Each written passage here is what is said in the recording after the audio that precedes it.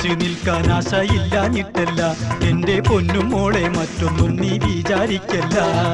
ഒപ്പം നിന്നിട്ടെന്റെ പൂതി ഒതുങ്ങിയിട്ടില്ല പെണ്ണെ, ഇപ്പം തന്നെ പോയില്ലെങ്കിൽ ജോലി കാണൂല.